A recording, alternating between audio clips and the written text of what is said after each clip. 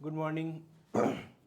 आज के क्लास में हम लोग दिल्ली सल्तनत का अगला सेक्शन देखते हैं कि हम लोगों ने देखा था कि दिल्ली सल्तनत का जो पीरियड है 1206 से लेके 1526 तक में, इसको हम लोगों ने मल्टीपल पार्ट में बांटा था, है ना। 5 स्टेजेस थे इसके।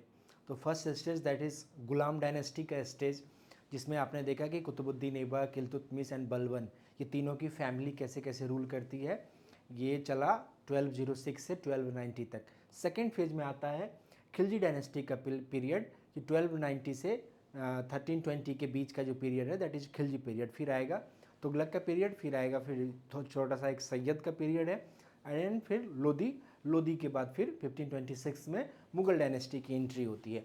तो आज हम लोग खिलजी डायनेस्टी में देखेंगे कैसे खिलजी डायनेस्टी में जलालुद्दीन खिलजी और अलाउद्दीन खिलजी ने रूल किया, और वो कैसे कैसे इंडिया को दिल्ली सल्तनत को एक्सपेंड करते हैं, है ना। कौन कौन सा टेरिटरी किसने गेन किया, एडमिनिस्ट्रेटिव रिफॉर्म क्या क्या हुए, ये अलाउद्दीन खिलजी की जो मार्केट पॉलिसी थी वो क्या क्या थी, एडमिनिस्ट्रेटिव रिफॉर्म उसने क्या क्या किए, इन तमाम चीज़ों को। चूँकि दिल्ली सल्तनत के पीरियड में जो एडमिनिस्ट्रेटिव सिस्टम डेवलप किया गया था वो इल्तुतमिश के द्वारा किया गया था, तो इल्तुतमिश ने वो सिस्टम डेवलप किया और अलाउद्दीन खिलजी ने उसमें कुछ छोटे छोटे रिफॉर्म लाए, है ना। इन तमाम चीज़ों को बैकग्राउंड में देखेंगे, इसका पॉलिटिकल एडमिनिस्ट्रेटिव तमाम तरह का जो इन्फॉर्मेशन है हम लोग उसको गैदर करते हैं। The first is Khilji dynasty का टाइम फ्रेम की बात अगर करूँ तो 1290 से 1320 इसमें पूरा फ्रेम बना हुआ है कि कौन कौन सा रूलर इसमें था, राइट। तो सबसे पहले जलालुद्दीन खिलजी वाली कहानी मैंने सुना दी थी कि बलबन रूल करता है। बलबन के डेथ के बाद बलबन के फैमिली के ही उसका जो ग्रैंडसन है कैकुबाद, वो 3 इयर्स के लिए रूल करता है 1287 से 1290, राइट। और 1290 में कैकुबाद का जो बेटा है कैमूर्स, जो 4 महीने का एक चाइल्ड है, एकदम न्यू बॉर्न चाइल्ड, तो वो उसको रूलर बना दिया जाता है, सुल्तान बना दिया जाता है, जिसको जलालुद्दीन खिलजी जो है जो पैलेस होता है उसके ऊपर से फेंक देता है और कहता है सुल्तान की डेथ हो गई, है ना। तो कैमूर्स को मार के ये बंदा रूलर बनता है। तो इसमें खिलजी डायनेस्टी में 2 इंपॉर्टेंट रूलर हैं, जलालुद्दीन खिलजी और अलाउद्दीन खिलजी, जिसकी कहानियाँ आपने देखी होगी। अलाउद्दीन को लेके एक मूवी बनी थी दैट इज पद्मावत, है ना। बेसिकली पद्मावत जो है एक बुक है, that is Malik Mohammad Jayasi. Lodhi period में एक राइटर हुए मलिक मोहम्मद जायसी, उन्होंने एक बुक लिखी पद्मावत, उसमें इस स्टोरी को बताया गया था।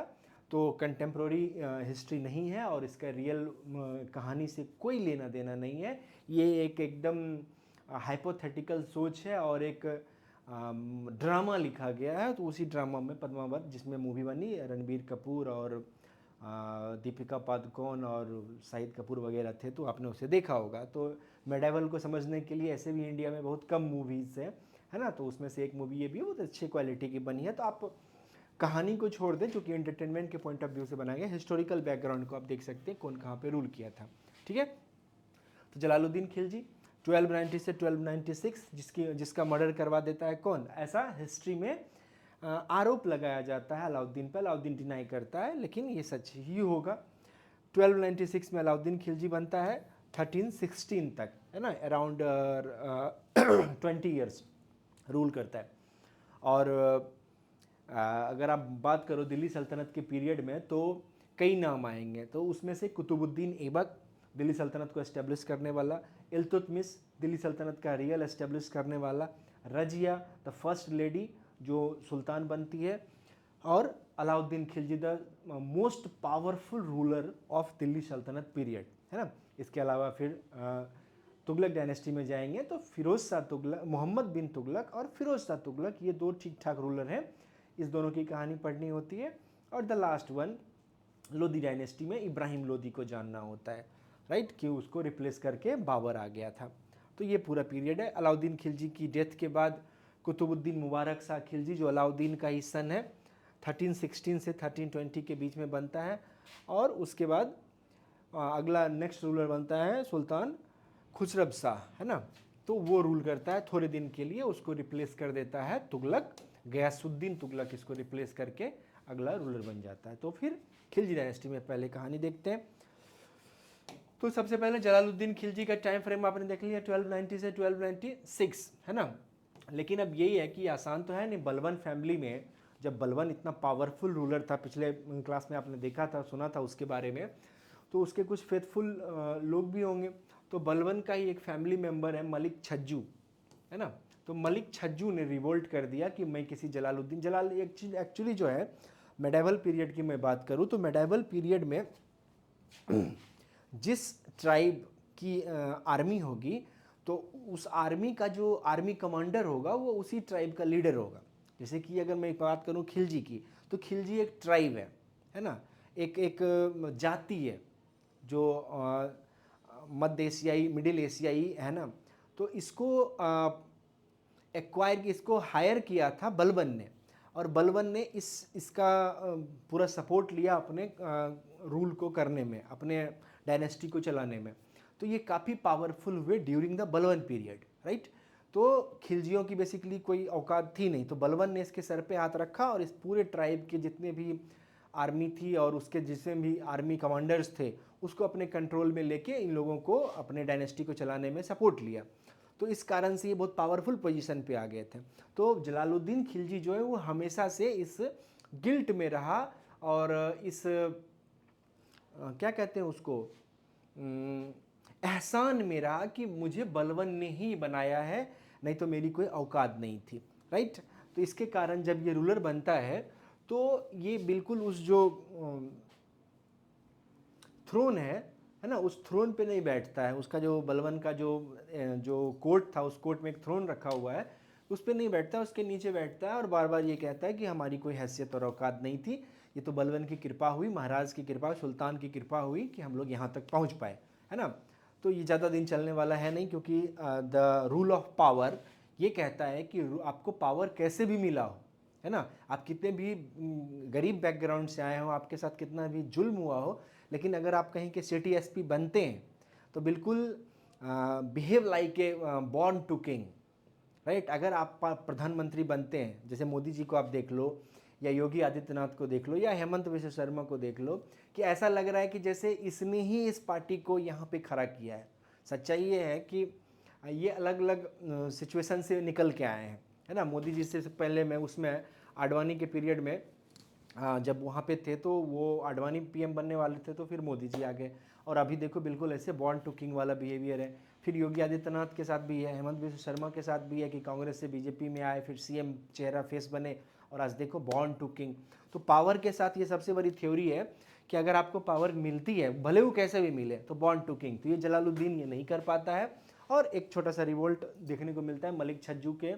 तो मलिक छज्जू को उसको सप्रेस कर दिया जाता है, रिवोल्ट को दबा दिया जाता है ना।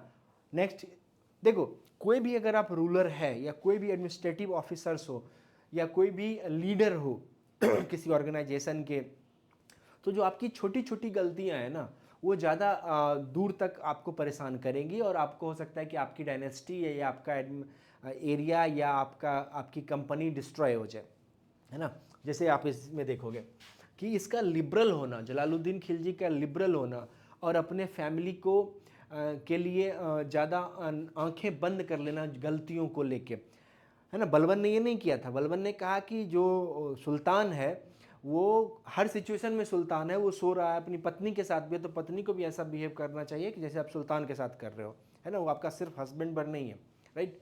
तो जलाल के साथ ये दिक्कत हुआ कि अपने फैमिली मेम्बर्स के साथ वो बिल्कुल नॉर्मल बिहेव करता है, और अलाउद्दीन खिलजी उसके फैमिली का मेम्बर है ना, उसका सन इन लॉ है, और उसका नेफ्यू भी था, और बाद में सन इन लॉ भी बन गया, चूँकि ये इस्लामिक लोग हैं, राइट। तो अब इसमें एक लिबरल इसमें देखिए बिहेवियर में कि मंगोल्स अटैक हो रहे थे इंडिया पे, है ना। मंगोलों की कहानी हम लोग सुन रहे हैं कहाँ से, अर्ली मेडाइवल पीरियड से ही, कि वहाँ से मिडिल एशिया से पुश करते हुए वो इंडियन बॉर्डर तक आ गए। तो वो जिसको वहाँ अटैक कर रहे थे वो भाग के इंडिया की तरफ आ रहा था, चाहे शक हो, कुषाण हो, है ना, या फिर आगे की जो भी कहानी हुई। तो मंगोल्स अब इंडिया तक आ गए। ये मंगोल वही वाले हैं, चंगेज खां वाले, है ना। तो मंगोलिया में एक ट्राइब था, उन तमाम अलग अलग मल्टीपल ट्राइब्स थे, तो मल्टीपल ट्राइब्स को इकट्ठा किया और एक बड़ी आर्मी बनाई, और चंगेज खां की टेरिटरी बहुत बड़ी थी, है ना। इस्लामिक टेरिटरी, रोमन एम्पायर और चंगेज खां का एम्पायर, ये तीनों एम्पायर वर्ल्ड वाइड बहुत बड़े थे, है ना। उतना बड़ा फिर हो नहीं पाया था कोई। तो मंगोल्स जो है चंगेज खां की डेथ के बाद अलग अलग लीडर के साथ वर्क करते हुए, उनके ट्राइब्स के जो हेड थे वो अटैक कर रहे थे इंडिया पे। तो यहाँ पे मल्टीपल अटैक हो रहा था, तो इसने क्या किया कि इसने मंगोलों से एक एग्रीमेंट कर लिया 1292 में कि भाई आप क्यों मेरे पे अटैक कर रहे हो, आपको जो पैसा वैसा चाहिए, क्योंकि उधर फर्टिल लैंड है नहीं, फर्टिल लैंड तो इंडिया के पास है। आप इंडियन सब कॉन्टिनेंट के सराउंडिंग देखोगे तो दूर दूर तक कहीं कुछ नहीं है ना। जैसे कि अफगानिस्तान है, पाकिस्तान की बात करो तो फिर ये कजाकिस्तान है, किर्गिस्तान, उज्बेकिस्तान, मंगोलिया, इधर बात करो ईरान, इराक, है ना। अगर मैप बनाऊं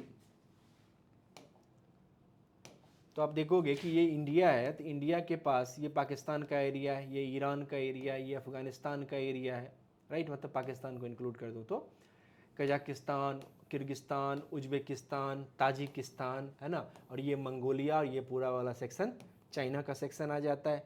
फिर इराक के बाद यहाँ पे ईरान का एरिया आता है, राइट।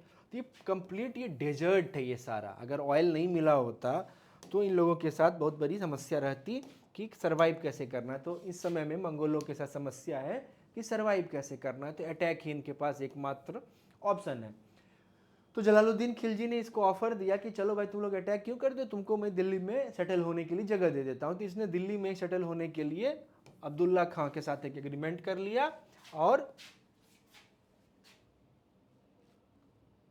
है ना, और दिल्ली में ही एक जगह अलॉट कर दिया कि तुम लोग यहाँ रहो, सेटल्ड हो जाओ। That is called Mangolpura. अभी भी वो दिल्ली में वो मोहल्ला है, दैट इज मंगोलपुरा। अब आगे जो रूलर बनेगा, जब इसका सक्सेसर अलाउद्दीन खिलजी होता है, तो अलाउद्दीन खिलजी के लिए सबसे बड़ा हेडेक हो जाता है ये मंगोलपुरा के लोग, क्योंकि इनकी जो लॉयल्टी थी वो अपने मंगोल ब्रदर्स के प्रति थी, मंगोल आर्मी के प्रति थी, है ना।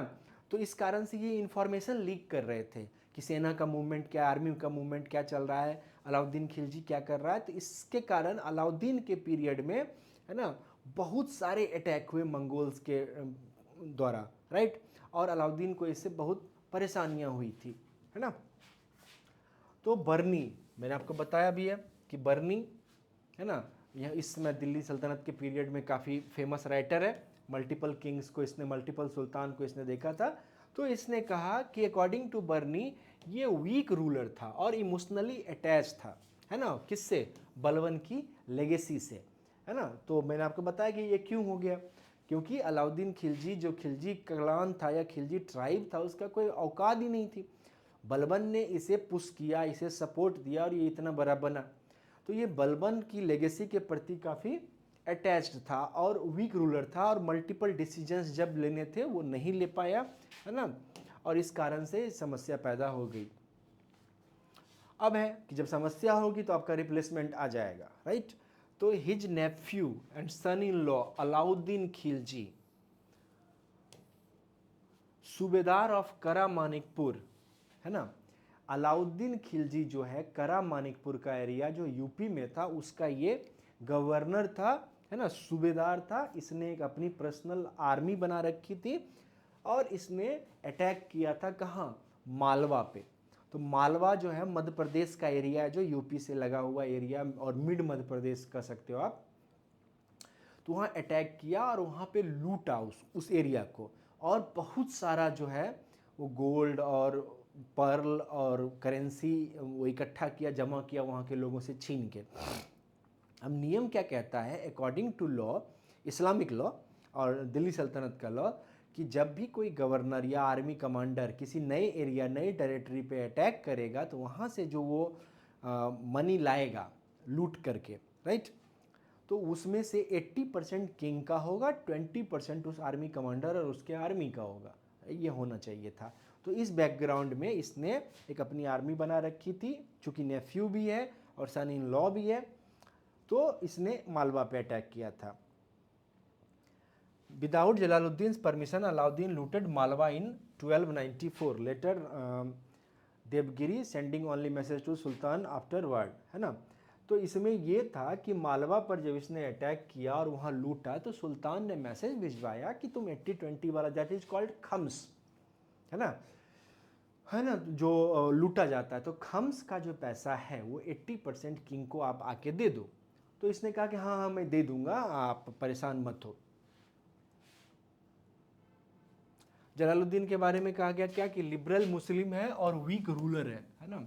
रूलर अगर आप हैं और आपने अपनी वीकनेस दिखाई। अभी मोदी जी को लेके कितना सब हल्ला मचा रहा है कि ऑपरेशन सिंदूर में सीज फायर क्यों कर दिया। तो छोटी छोटी गलतियां जो है एक रूलर के लिए बहुत दिक्कत का कारण हो सकती है।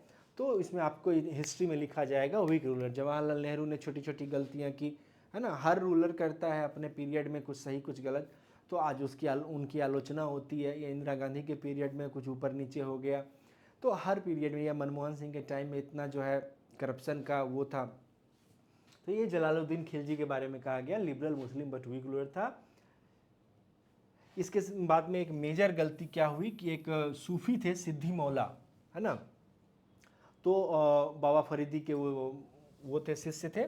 उनको ये डेथ पेनल्टी दे देता है बिना सुनवाई किए हुए कि भाई आप गड़बड़ कर रहे हो, शरीयत पे नहीं चल रहे एंड ऑल दैट। तो ये इस समय में सबसे बुरी बात ये हो गई थी, इससे गलती होगी। अब क्या हुआ कि जलालुद्दीन खिलजी जो इसका नेफ्यू भी है और सन इन लॉ भी है, इसने फिर से अटैक किया आफ्टर 1 ईयर उस एरिया पे, मालवा और देवगिरी के एरिया पे। और वहाँ से ढेर सारा पैसा, करेंसी और गोल्ड सिल्वर ये सब लूट के लाया। और जलालुद्दीन ने इसे फिर मैसेज भिजवाया कि भाई तुम वो पैसा पहुँचाओ।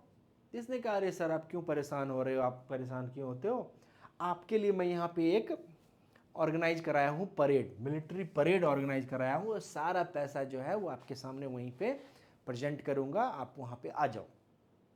इसको लगा नेफ्यू है, सन इन लॉ है, और चूँकि बहुत नीचे से ये लोग उठ के आए थे, राइट। तो इसने कहा कि ठीक है मैं आता हूँ, और अलाउद्दीन ने वहाँ मामला सेट कर रखा था। जलाल उस परेड में जाता है, जलालुद्दीन खिलजी के ऊपर एक आर्मी सोल्जर के द्वारा अटैक किया जाता है उसी परेड में, और उसको मार दिया जाता है। बाद बाकी मूवी में जो भी दिखाया गया वो अलग मैटर है। अब क्या हुआ, अलाउद्दीन खिलजी ने उस आर्मी सोल्जर को तुरंत अरेस्ट करवाया। अब चूंकि सबके सामने मर्डर हुआ है, अब यहाँ पे बात समझो, दिल्ली का सुल्तान जलालुद्दीन खिलजी वो वहाँ गया हुआ है, और वहाँ का गवर्नर अलाउद्दीन खिलजी जिसकी एक अपनी पर्सनल आर्मी है और वो नेफ्यू है, सन इन लॉ है, वो वहाँ पे है। और उन सबों के रहते हुए कोई अटैक कर दे और सुल्तान की हत्या कर दे, मर्डर कर दे, ये पॉसिबल नहीं है कि जब तक कि अलाउद्दीन खिलजी इसमें मिला हुआ नहीं था, तब तक ये संभव नहीं है, ये माना ही नहीं जा सकता है। तो उस कांस्टेबल को, उस सोल्जर को अरेस्ट कर लिया गया और उसे तुरंत हैंग टिल डेथ कर दिया गया, फांसी दे दी गई। और उसने जो मर्डर किया था तो तलवार से जलालुद्दीन का गर्दन काट दिया था, तो वो सर नीचे था। तो अलाउद्दीन खिलजी ने क्या किया, देखो कितना ड्रामा है लाइफ में, बिल्कुल एकदम मोदी जी स्टाइल का, कि उसने थाल लिया, एक प्लेट लिया, और उसमें जलालुद्दीन का सर रखा, और वो लेके पूरा कारामानिकपुर का जो मार्केट था उसमें घूमा और रोया कि सुल्तान जो है वो मर गए, देखो मतलब गजब हो गया, अब मेरे पास कोई ऑप्शन नहीं बचा है, मुझे सुल्तान बनना पड़ेगा, मेरी कोई इच्छा नहीं थी, मेरे पिता समान थे, मेरे फादर इन लॉ थे, वाट दिस दैट जो भी था मैटर, हल्ला हंगामा किया और ये रूलर बन गया, है ना, मर्डर करवा के। ऐसा कई बार आपको देखने को मिलेगा। इसके नाम का खुतबा पढ़ दिया गया। खुतबा क्या होता है मैंने बताया भी था पिछले क्लास में कि फ्राइडे में जो नमाज पढ़ा जाता है उसके बाद जो करेंट सुल्तान होते हैं उसके प्रशंसा में, उसके सम्मान, रिस्पेक्ट में बहुत सारी बातें बोली जाती है। तो जिसके बारे में बोला जाएगा वो सुल्तान हो जाएगा। जिसके बारे में हो गया कि भाई आज से हमारा सुल्तान जो है अलाउद्दीन खिलजी हो गया, है ना। तो नेक्स्ट रूलर हमारे पास आ जाता है अलाउद्दीन खिलजी, राइट। 1296 से 1316। तो इल्तुतमिश, बलबन, अलाउद्दीन खिलजी, ये तीन बड़े नाम हैं। अगर इन सबों को दिल्ली सल्तनत का जो पूरा टाइम फ्रेम है 1206 से 1526, इस पूरे टाइम पीरियड में 320 ईयर्स का ये पूरा पीरियड है। इस 320 ईयर्स के पूरे पीरियड में अगर टेरिटोरियल गेन की बात करें, जिसने अचीव किया सबसे ज़्यादा, तो वो ये बंदा है, दैट इज़ अलाउद्दीन खिलजी, किसने एक इन बहुत लार्ज टेरिटरी गेन किया, राइट। और अगर इस पूरे 320 ईयर्स की बात करूं तो इसमें सबसे ज़्यादा मंगोल अटैक किसके पीरियड में हुए, तो अलाउद्दीन खिलजी के पीरियड में हुए। अलाउद्दीन खिलजी का आप टाइम पीरियड देख रहे हो, है ना। तो इस टाइम पीरियड में लगभग 20 ईयर्स में 20 अटैक हुए मंगोलों का, और हर अटैक को रोका गया। नहीं तो मंगोलों के बारे में सबसे ज़्यादा जो बात कही जाती है कि इसने दुनिया का 1/3 पॉपुलेशन कम कर दिया। ये जहाँ भी जाते थे सिर्फ लूटते नहीं थे, टेरिटरी नहीं छीनते थे, ये लोगों का मर्डर करते थे, एकदम मैस्कैड करते थे, राइट, नरसंहार करते, मेजोरिटी में लोगों को मार डालते थे, है ना, जेनोसाइड करते थे। तो उसको अलाउद्दीन ने रोका। इंडिया में मंगोलों का अटैक जो है उस लेवल पे नहीं हुआ, अलाउद्दीन ने उसे प्रोटेक्ट किया। इसकी पूरी कहानी हम लोग देखते हैं, ये सच ए जीनियस। लेकिन सबसे इम्पॉर्टेंट चीज़ यहाँ पे है कि ये पढ़ा लिखा नहीं था। अकॉर्डिंग टू बर्नी ये इलिटरेट बंदा था, बहुत पढ़ा लिखा नहीं था। और हिस्ट्री में हमें कई सारे एग्जाम्पल मिलेंगे। अकबर पढ़ा लिखा बंदा नहीं है, अलाउद्दीन खिलजी पढ़ा लिखा बंदा नहीं है, राजा रंजीत सिंह बहुत पढ़े लिखे नहीं थे, राइट। तो ये एक फेनोमिनन है ना, कि पढ़ा लिखा होना और योग्य होना, एलिजिबल होना, दोनों में बहुत का अंतर होता है। इसलिए आप देखोगे एडमिनिस्ट्रेशन में भी कि कई सारे आईएएस अधिकारी ऐसे होते हैं जिनके पास उतना गट्स ही नहीं होता है कि वो मैटर को सॉल्व कर सकें, पब्लिक को डील कर सकें। वो पढ़ के तो बन गए, वो किताबी कीड़ा थे, घर में बैठ के दिन रात पढ़े। और कई सारे लोअर रैंक के आईएएस आईपीएस ऑफिसर होंगे जो एकदम किसी तरह से लास्ट रैंक लाए थे और उनको बना दिया गया है। उनके पास इतना पोटेंशियल होता है कि वो कुछ भी अचीव कर लेते हैं। तो जिसका मीडिया में आप नाम सुनते हो कि फलाना आईएएस या फलाना आईपीएस बहुत ताकतवर है, बहुत पावरफुल है, तो ये कारण है ना। तो ये इलिटरेट था सबसे पहली बात। और मालवा और देवगिरी पे जो इसने अटैक किया था, इसका इसने बहुत अच्छा से यूटिलाइज किया। वो जितना पैसा था तो ये पैसे लिया और वो पैसे दिल्ली में बंटवा दिया। जो अलाउद्दीन खिलजी के फेवरेट पर्सन्स थे, कि या जो मिनिस्टर्स थे या आर्मी कमांडर थे, जो जलालुद्दीन के, क्योंकि जलालुद्दीन का मर्डर करके आया था तो इसको तो एंट्री मिलती नहीं, रिवोल्ट होता ही होता।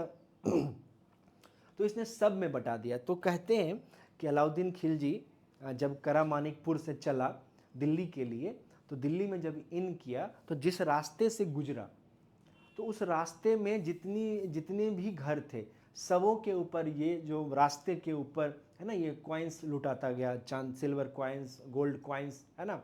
तो कहे कि कोई ऐसा छत नहीं है जिस छत पे ये कॉइन्स न गिरे हो, है ना। लोगों को पैसे दे के मुँह बंद कर दिया कि तुमको क्या परेशानी है, तुम इंजॉय करो, राइट। लेकिन आगे ये बहुत अच्छा काम करता है, तो इसने वो यूटिलाइज़ किया मालवा के पैसे का, लूट का, जो वहाँ से जो मनी आया था उसका लूट का यूज़ किया इंडिपेंडेंट आर्मी को लेके, कि दिल्ली सल्तनत की आर्मी अगर रिवोल्ट करती है, जलालुद्दीन खिलजी की मर्डर का बदला लेना चाहती है, तो मैं अपनी आर्मी यहाँ पे उतार दूंगा। आफ्टर मर्डरिंग जलालुद्दीन ही डिक्लेयर हिमसेल्फ सुल्तान इन करामानिकपुर।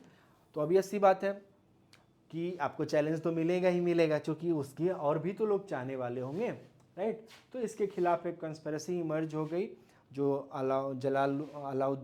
जलालुद्दीन खिलजी की वाइफ है, उसके और बच्चे हैं, उसका या फेथफुल और पर्सन्स हैं, आर्मी कमांडर हैं, उन सबों ने मिलके विद्रोह करने, रिवोल्ट करने की कोशिश की कि मैं इसको रूलर नहीं मानता और मैं इसको पद से हटा दूंगा। लेकिन धीरे धीरे थोड़े ही टाइम में, इसके पास तो टाइम ही 20 ईयर्स का है, 1.5 ईयर में ये सबको सेटल डाउन कर देता है। कुछ को पकड़ लेता है, कुछ को अरेस्ट करके जेल में डाल देता है, किसी की मर्डर करवा देता है, ऐसे करके ये कर दिया।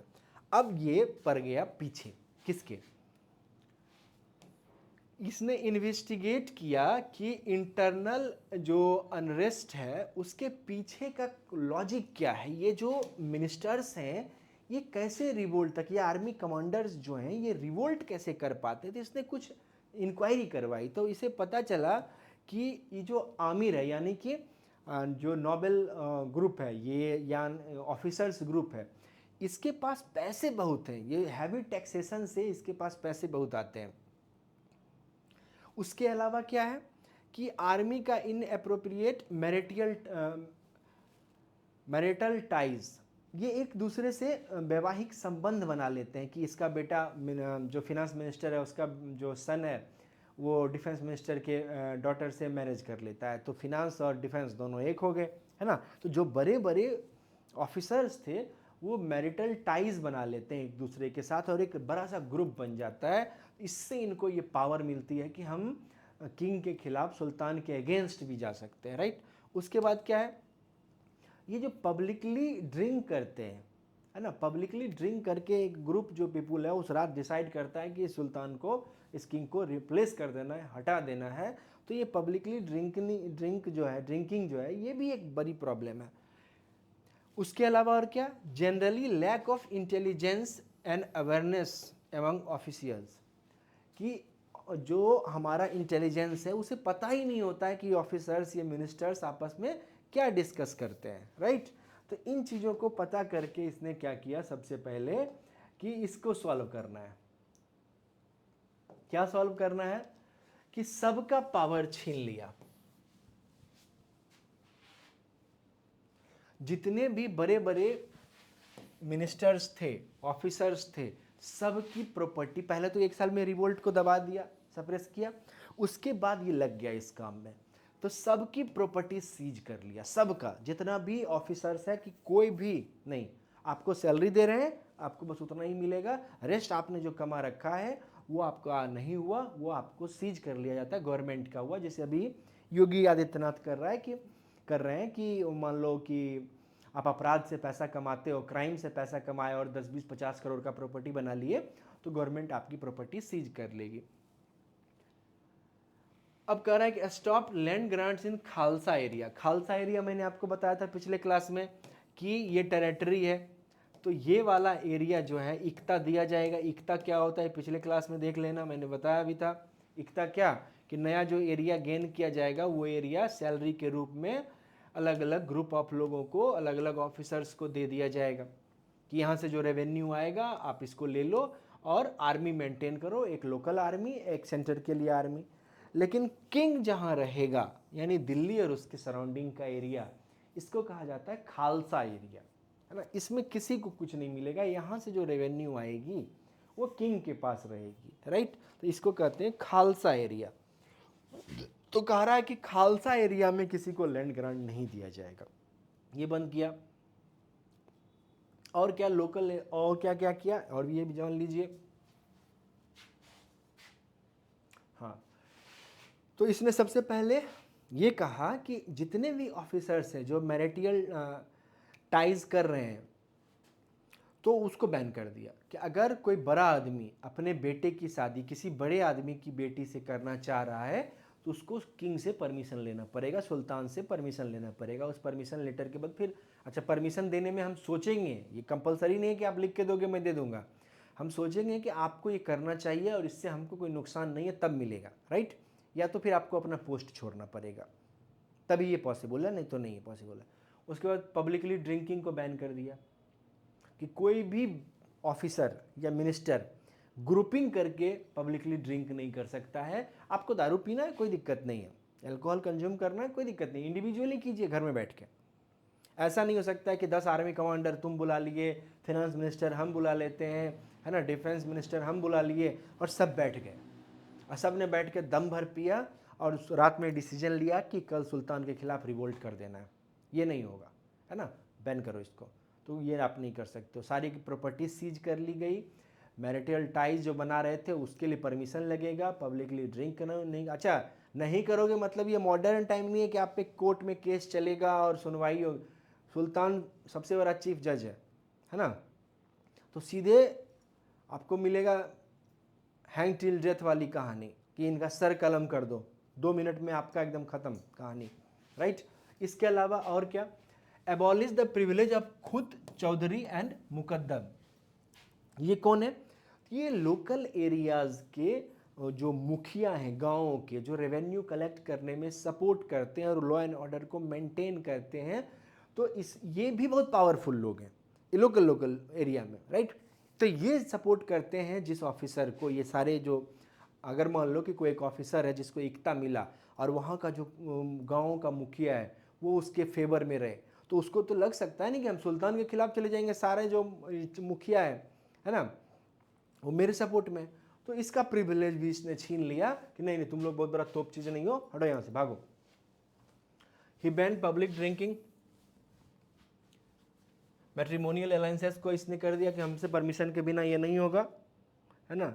एस्टेब्लिश ए स्ट्रॉन्ग इंटेलिजेंस, इसने क्या किया कि स्ट्रॉन्ग इंटेलिजेंस के लिए एक अलग डिपार्टमेंट ही बना दिया, जिसका नाम रखा गया वरीद ए ममालिक, है ना। ये चूँकि फारसी नेम है ना, टर्किश नेम है, इस कारण से वरीद ए ममालिक इसका नाम रखा गया कि आप लोग पता करो कि कौन आपस में क्या बात कर रहा है, और वो सारा इन्फॉर्मेशन किंग को, मेरे सुल्तान को पहुंचाइए। तो ये कर लिया ताकि कॉन्स्पिरेसी नहीं हो सके।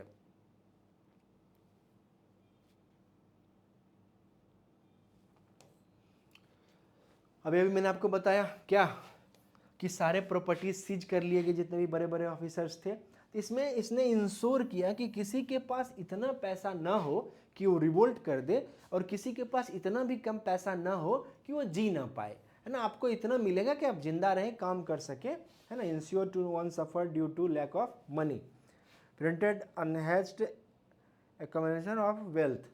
As a result, his 20-year region was free from internal revolts and conspiracy. तो इसने मल्टीपल काम किया, सारा मैंने आपको बता दिया कि इन सब चीज़ों को इसने मैनेज किया। इससे फ़ायदा इसको क्या हुआ कि अगले आगे जब तक ये रूल करेगा 20 ईयर्स में, दोबारा कभी कोई रिवोल्ट नहीं कर पाएगा। देखो कहीं भी रिवोल्ट होता है तो उसका बेसिक आधार होता है, क्योंकि फॉरेन इंटरेस्ट तो है नहीं। अभी बांग्लादेश में रिवोल्ट हुआ, है ना, वहाँ से शेख हसीना को भागना पड़ा, राइट। तो इसके पीछे कहा जा रहा है कि अमेरिका का CIA और पाकिस्तान का ISI ये इन्वॉल्व था, फंडिंग हो रही थी, रिवोल्ट हो गया। और यहाँ आप लोकल हैं, वहाँ जो लोकल एडमिनिस्ट्रेशन थे उसने भी कुछ गलतियाँ की, राइट। तो जब तक फॉरेन इंटरफेरेंस नहीं होगा कहीं भी रिवोल्ट पॉसिबल नहीं होता है टेक्निकली। अभी सीरिया में रिवोल्ट हुआ, बशर अल असद को वहाँ से भागना पड़ा, राइट। तो इसमें उसमें तो साफ साफ है कि अमेरिका का इन्वॉल्वमेंट है। तो money is big thing.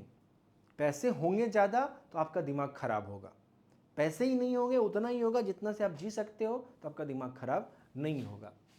Next आते हैं कि अलाउद्दीन खिलजी ने किस किस टेरिटरी को अचीव किया, गेन किया, उसको देखते हैं। एक्सपेंशंस क्या क्या रहे। तो सबसे पहले 1299 में गुजरात वाली कहानी काफ़ी इंटरेस्टिंग है। तो गुजरात में इसमें रूलर थे, बघेल डायनेस्टी थी, राय कर्णदेव बघेला, इनका पूरा नाम था राय कर्णदेव बघेला। तो बघेल डायनेस्टी में राय कर्णदेव बघेला रूल कर रहे थे। वहाँ पर अलाउद्दीन ने अटैक किया। अब गुजरात को अटैक करने का सिंपल लॉजिक है कि वो सी से लगा हुआ है, तो वहाँ कोस्टल एरिया है जिससे ट्रेड हो सकता है, किससे, अरब से, है ना, या यूरोप जा सकता है। तो इकोनॉमिक प्रोस्पेरिटी, ट्रेड इंपॉर्टेंस के कारण यहाँ पर अटैक किया गया। और ऑब्वियस सी बात है, जब अटैक किया गया तो रूलर में कुछ कमी तो होगी। तो यहाँ पे इसके अटैक में क्या हुआ कि कर्णदेव बघेला जो थे, अपनी बेटी दैट नेम वाज देवल रानी, इसको लेके साउथ की तरफ भाग गए, है ना। गुजरात से महाराष्ट्र, महाराष्ट्र से कर्नाटका, इस हिस्से में वो निकल लिए। और इनकी जो वाइफ है दैट नेम इज कमला देवी। अब यहाँ पे दो थ्योरी है। तो कमला देवी जो है उसको अलाउद्दीन कैप्चर करता है, पकड़ लेता है, उससे शादी कर लेता है ना।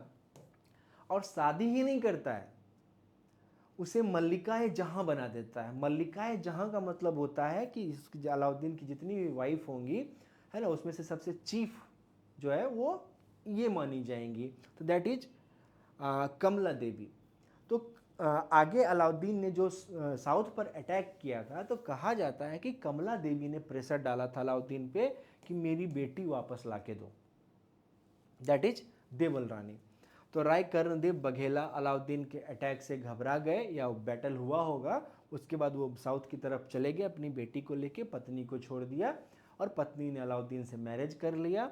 अलाउद्दीन ने इसे मल्लिकाए जहां बना दिया, दैट इज कमला देवी। तो कमला देवी वाली कहानी ये रही। और अलाउद्दीन को गुजरात में एक और चीज़ मिला, क्या, मलिक कफूर, है ना।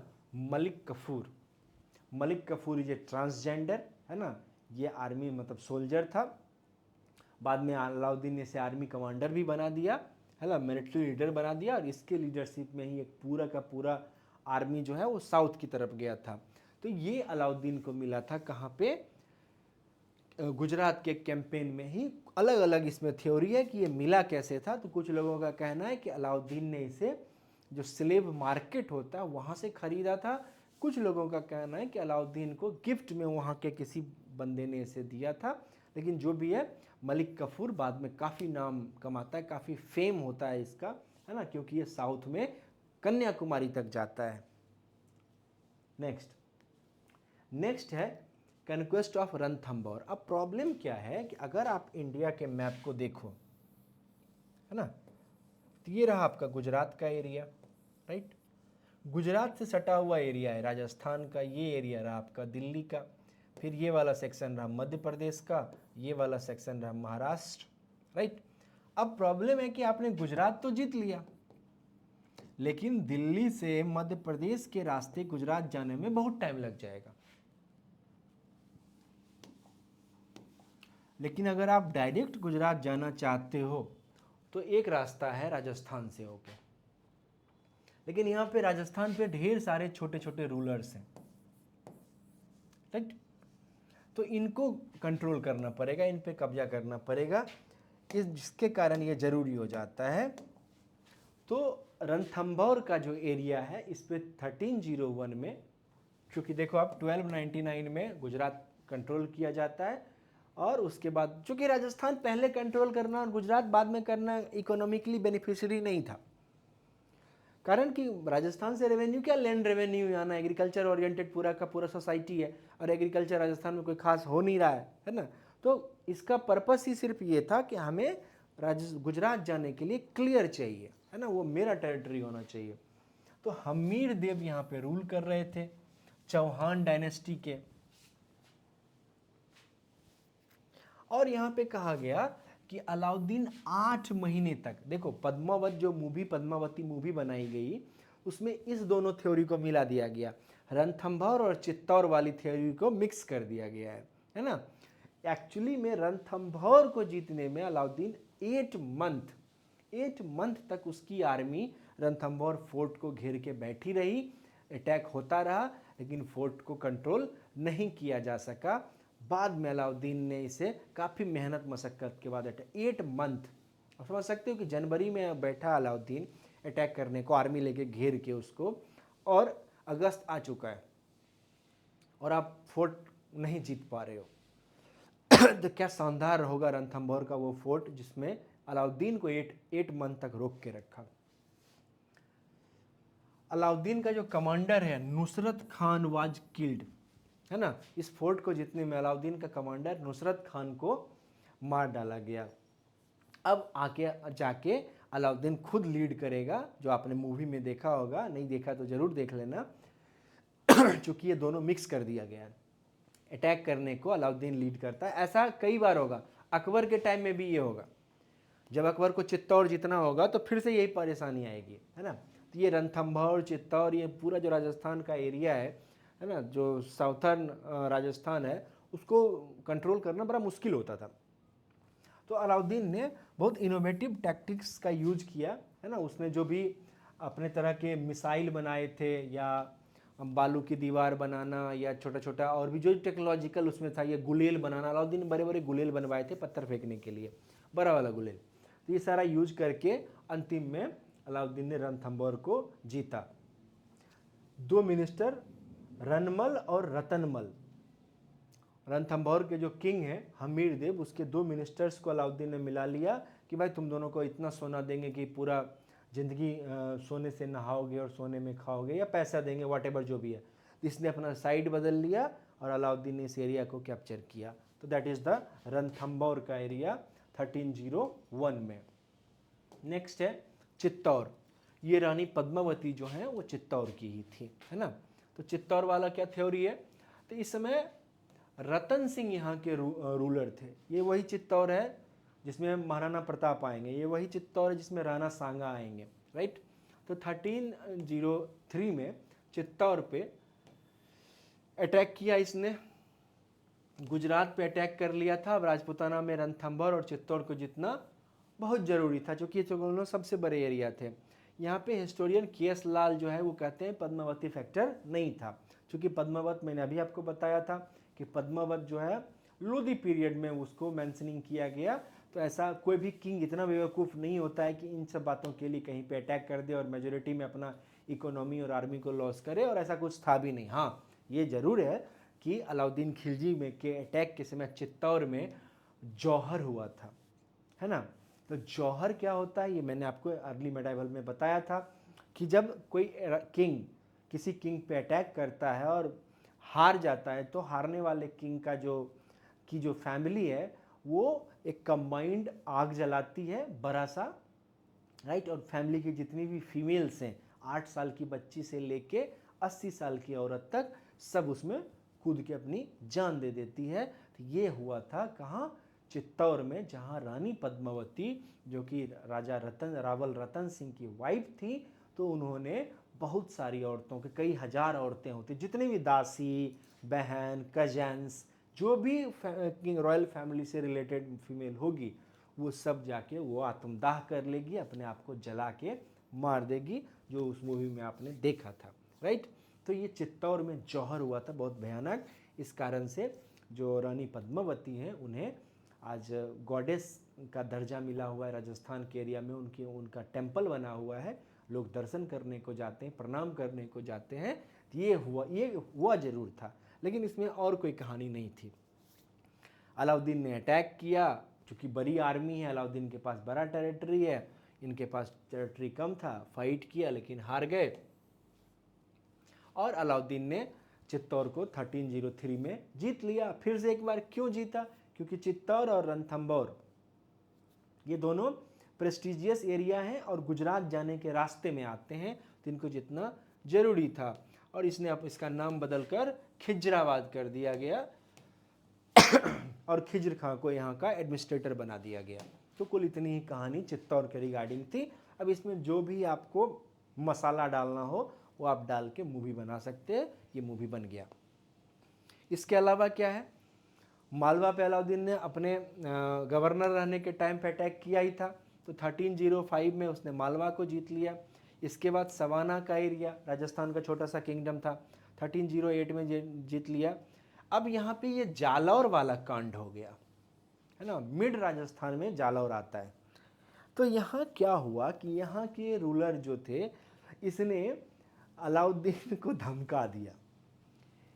तो इन्होंने, इस रूलर ने क्या कहा कि अलाउद्दीन जो है वो बहुत टुच्चा आदमी है, कोई उसकी औकात नहीं है, अगर उसमें पोटेंशियल है तो ये मेरे पे अटैक करके दिखाए, है ना, हम उसको ये धुआं कर देंगे, दिस दैट। ये भी है वो बंदा जो चित्तौड़ जीत चुका है, वो बंदा जो रणथंभौर जीत चुका है, गुजरात को जीत चुका है, उसको यहाँ से चैलेंज मिल गया। तो ये इन्फॉर्मेशन आया, यहाँ के रूलर का नाम था कन्हेर देव, है ना। ये कॉन्फिडेंस में आ गए, जैसे था ना वो दबंग मूवी में कि मुन्ना भैया कुछ ज़्यादा ही बोल गए, या जो भी था, ठीक कुछ ज़्यादा ही बोल गए कन्हेर देव। तो अलाउद्दीन को चैलेंज कर दिया।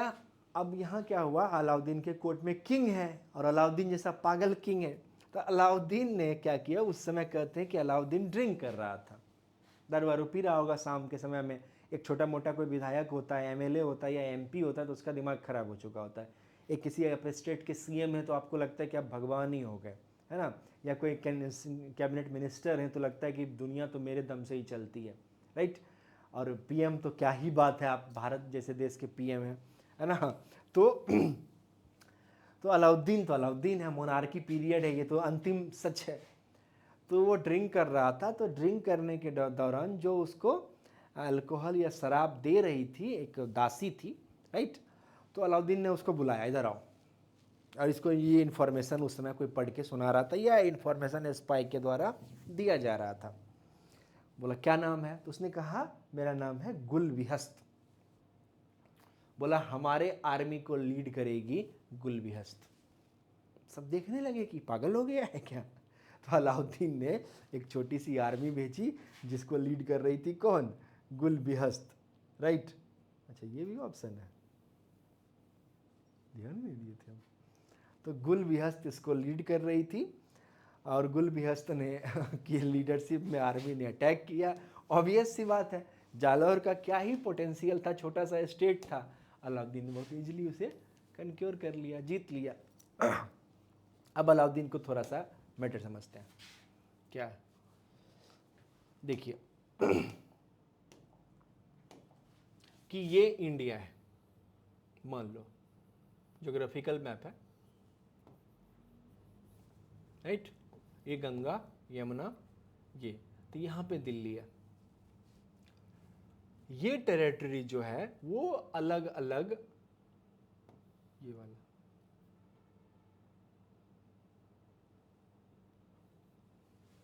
अभी तो आया था भाई।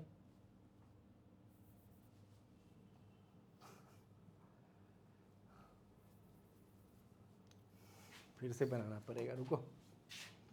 तो ये इंडिया है, राइट। तो ये वाला जो एरिया था, ये एरिया किसी के पास नहीं। अभी अभी गुजरात को टेक ओवर किया है, राजस्थान के हिस्से को जीता है, तो यहाँ दिल्ली है और यहाँ से मंगोल अटैक हो रहा है। तो अलाउद्दीन को तो एक आर्मी चाहिए यहाँ, बलबन ने भी एक आर्मी यहाँ लगा रखी थी बॉर्डर एरिया पे, और एक आर्मी चाहिए यहाँ किंग के पास। किंग के पास भी एक आर्मी रहनी जरूरी है, दो आर्मी हो गया, मतलब लार्जर आर्मी। सब एक ही आर्मी हो तो एक ही मान लो, लेकिन ज़्यादा लोग चाहिए। और एक आर्मी अलाउद्दीन ने भेजा यहाँ।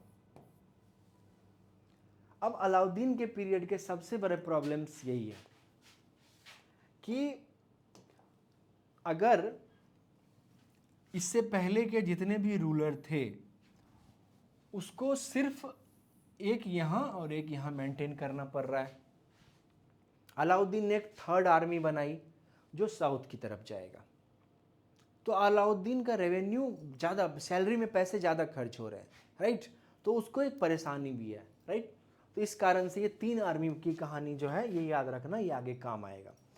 तो अब मलिक काफूर जो गुजरात में मिला था अलाउद्दीन को, तो अलाउद्दीन ने उसके लीडरशिप में एक आर्मी को साउथ की तरफ भेजा। साउथ की तरफ वहाँ पे अलग अलग डायनेस्टी काम कर रही है, Yadav dynasty, Kakatiya dynasty, Hoysala dynasty और पांड्य डायनेस्टी।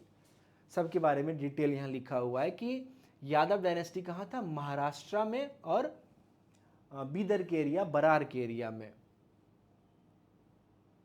है ना। हेडक्वार्टर इसका कहाँ है, देवगिरी। मतलब टेक्निकली समझो ना कि पूरा महाराष्ट्र इसके कंट्रोल में था, देवगिरी इसका हेडक्वार्टर है।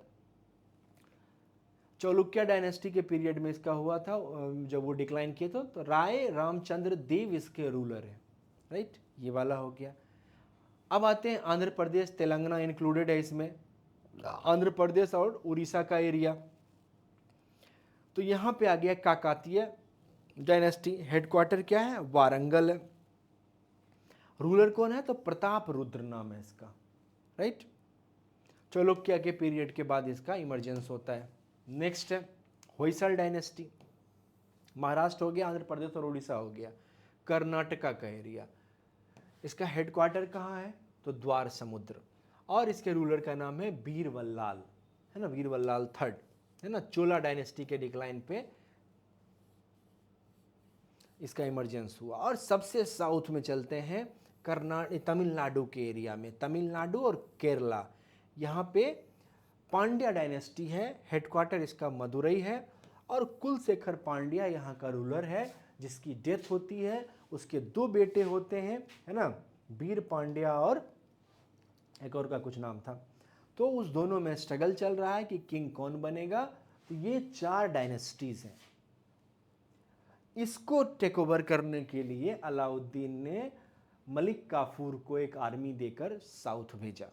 पर्पस क्या है साउथ का, अभी तक यानी कि 1300 एडी तक कोई भी रूलर साउथ को टेक ओवर नहीं कर पाया है ना।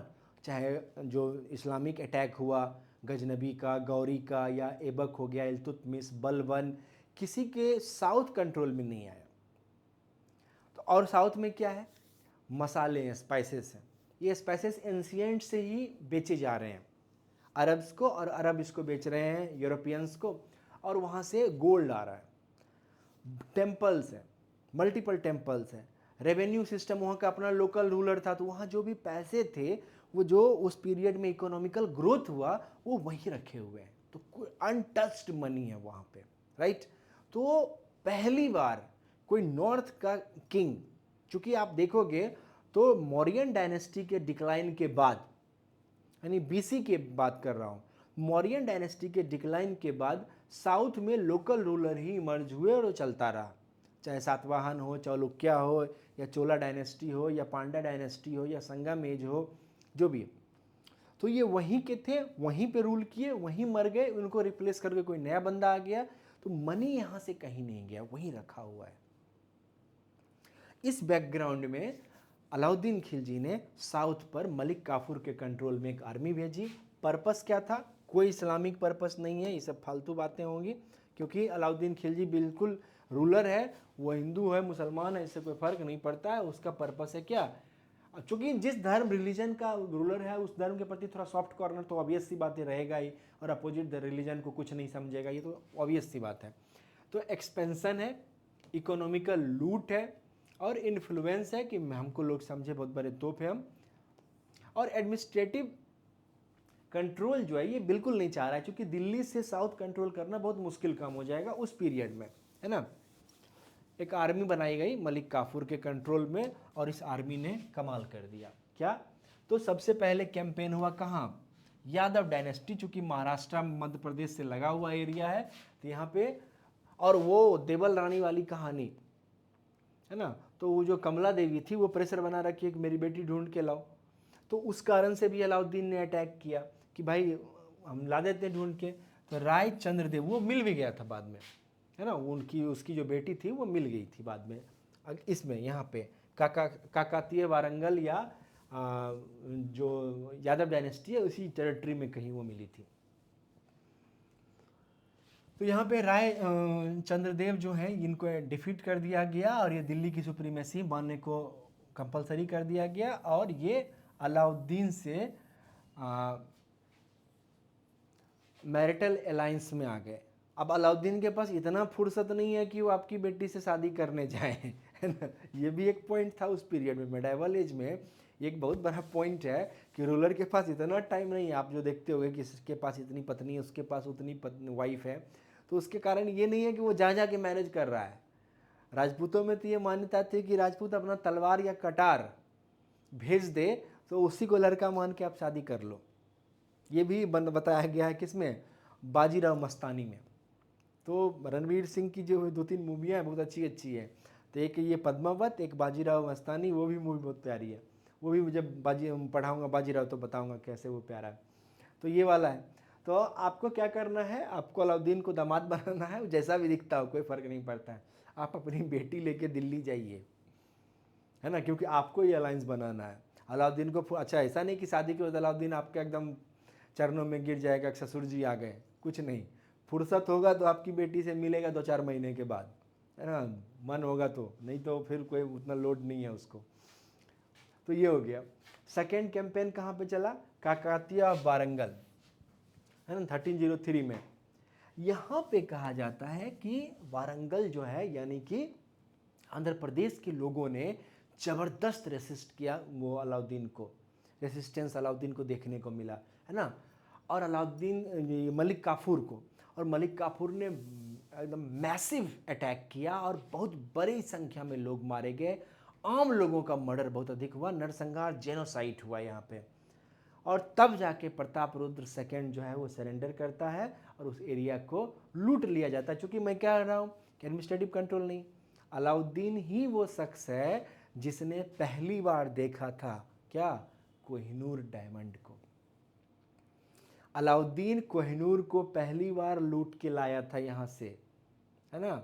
वो अलाउद्दीन के पास गया, फिर तुगलकों के पास रहा, फिर लोदी के पास रहा, फिर मुगल्स के पास रहा। मुगल्स में जब अटैक होता है नादिर शाह का, तो वो चला जाता है अफ़गानिस्तान। फिर नादिर शाह और राजा रंजीत सिंह में एक कोलेब्रेशन होता है, तो वो वापस कर देते हैं रंजीत सिंह को। चूँकि देखो डायमंड अब जाके इतना हाई फाई चीज़ हो गया है, उस पीरियड में लोग डायमंड से ज़्यादा अन्य चीज़ों में इंटरेस्ट लेते थे, इतना हाई फाई नहीं था इतना नहीं था।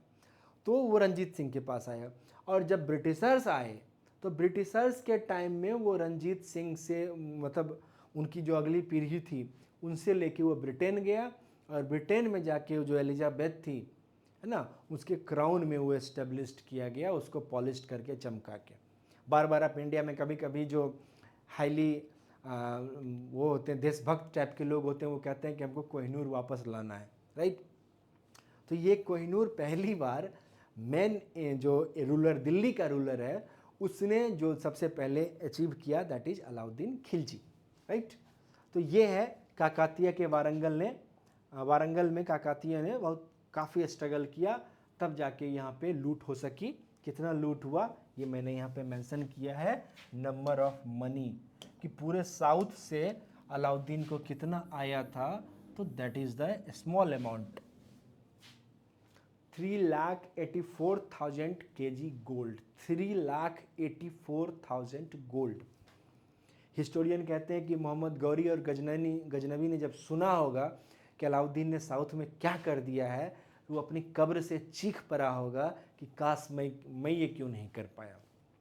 क्योंकि मंगोल कोई भी हो, कुषाण, शक, है ना, इंडो ग्रीक जो भी आए वो नॉर्थ में ही अटक गए, साउथ जा ही नहीं पाए। महाराष्ट्र, कर्नाटका, आंध्र प्रदेश, है ना, केरला, तमिलनाडु कोई नहीं गया अलाउद्दीन से पहले तक, ठीक है।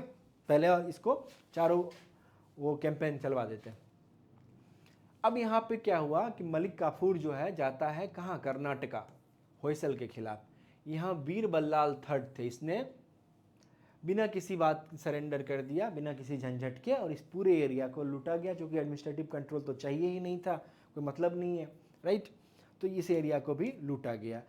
अब यहाँ पे क्या है कि इस थर्ड कैंपेन में, तो जब ये यहाँ पे था कर्नाटका में मलिक काफूर, तो इसे इंफॉर्मेशन मिली कि तमिलनाडु में कुछ प्रॉब्लम है, वहाँ का किंग मर गया है। मदुरई तमिलनाडु जो हेडक्वार्टर था उसका, पांड्या डायनेस्टी का, वहाँ का किंग मर गया है, और उसके दो बेटे सुंदर पांड्या और कुलशेखर पांड्या, क्या आपस में जो है वो स्ट्रगल चल रहा है, राइट। तो इसको लगा कि तो आगे बढ़ ही चलते हैं, यहाँ तक आ ही गए तो थोड़ा और आगे चलो, और ये आगे बढ़ के इंटायर तमिलनाडु, है ना, तो आर्मी ने, दिल्ली की आर्मी ने पहली बार लूटा। कन्याकुमारी तक मलिक काफूर या अलाउद्दीन की आर्मी गई और वहां तक लूटा। ये जो दोनों भाई थे, सुंदर पांड्या और कुलशेखर पांड्या, ओहो,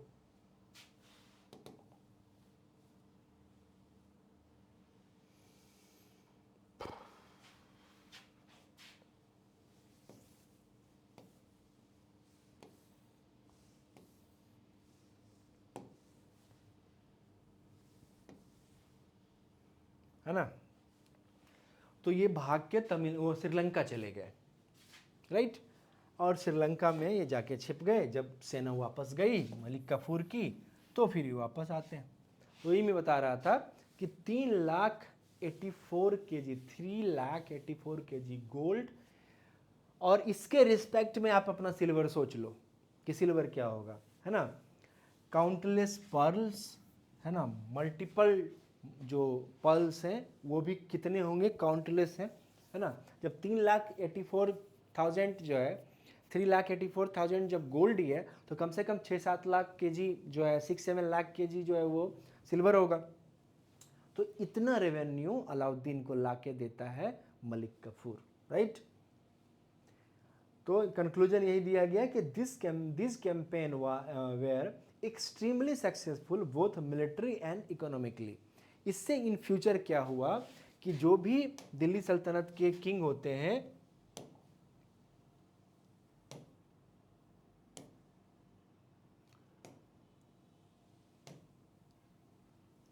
उनको ये सपोर्ट मिलता है, और आगे के जो रूलर होंगे कि साउथ की तरफ बढ़ा जाए। आप देखोगे मुगल का पीरियड भी जब आप पढ़ते हो, तो मुगल में भी जो तमिलनाडु और कर्नाटका और केरला का एरिया है, वो मुगलों के भी डायरेक्ट कंट्रोल में नहीं आ पाया था, कभी नहीं, है ना।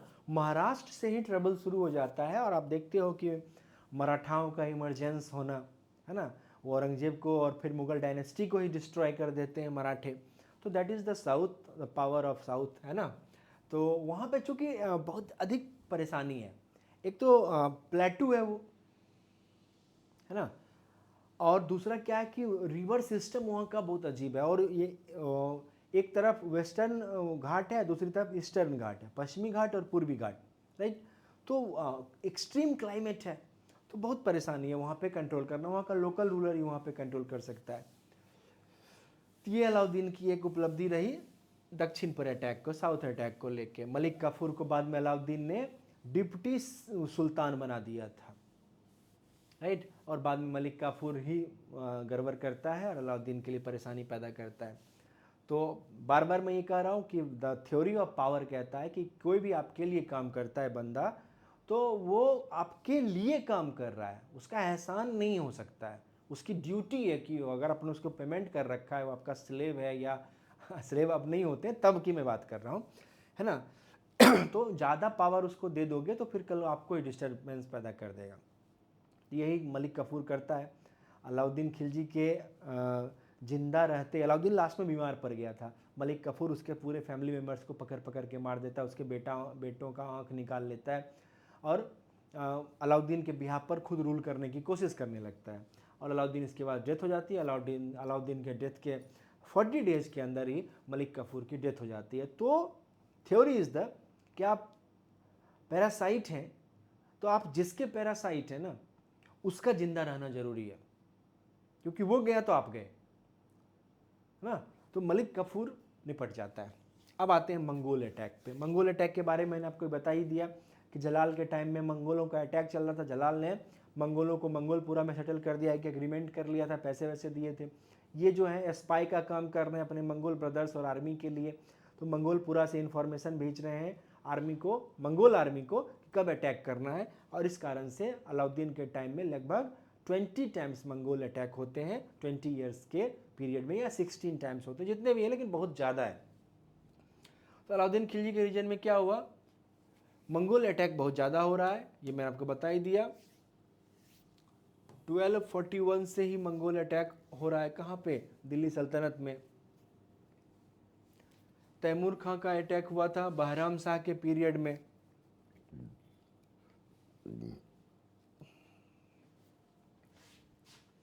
है ना। ये देखो, ये मैंने कहा था ना कि अलाउद्दीन के पीरियड में सबसे ज़्यादा मंगोल अटैक हुए 1296 से 1308 तक में, 4 8 4 12, तो 12 ईयर्स में लगभग 12 टाइम्स मंगोल अटैक होते हैं। इसमें मल्टीपल नाम दिया गया है, किसका किसका नाम है।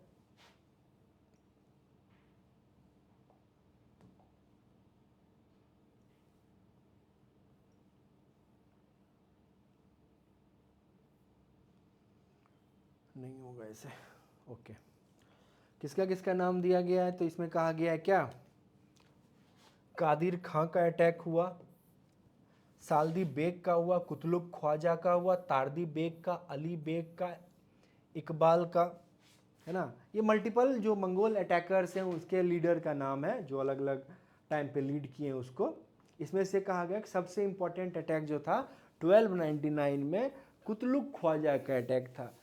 अलाउद्दीन किंग कब बनता है, 1296 में, और 1299 में कुतलुक ख्वाजा का अटैक होता है। और इस अटैक में अलाउद्दीन को दिल्ली छोड़ के भागना पड़ता है। अटैकर्स पाकिस्तान बॉर्डर को क्रॉस करते हुए, इंडियन बॉर्डर्स को क्रॉस करते हुए, हरियाणा पंजाब होते हुए दिल्ली पहुंच जाते हैं, और अलाउद्दीन दिल्ली छोड़ के भाग जाता है। अलाउद्दीन भाग जाता है, जो इतना पावरफुल रूलर था, है ना। और फिर वह अटैकर को समझाता बुझाता कि जितना पैसा चाहिए लो, निकलो यहाँ से। और चूंकि मंगोलों को भी पता था कि हमको रूल तो करना नहीं है, तो मंगोल पैसे लेके यहाँ से निकल जाते हैं।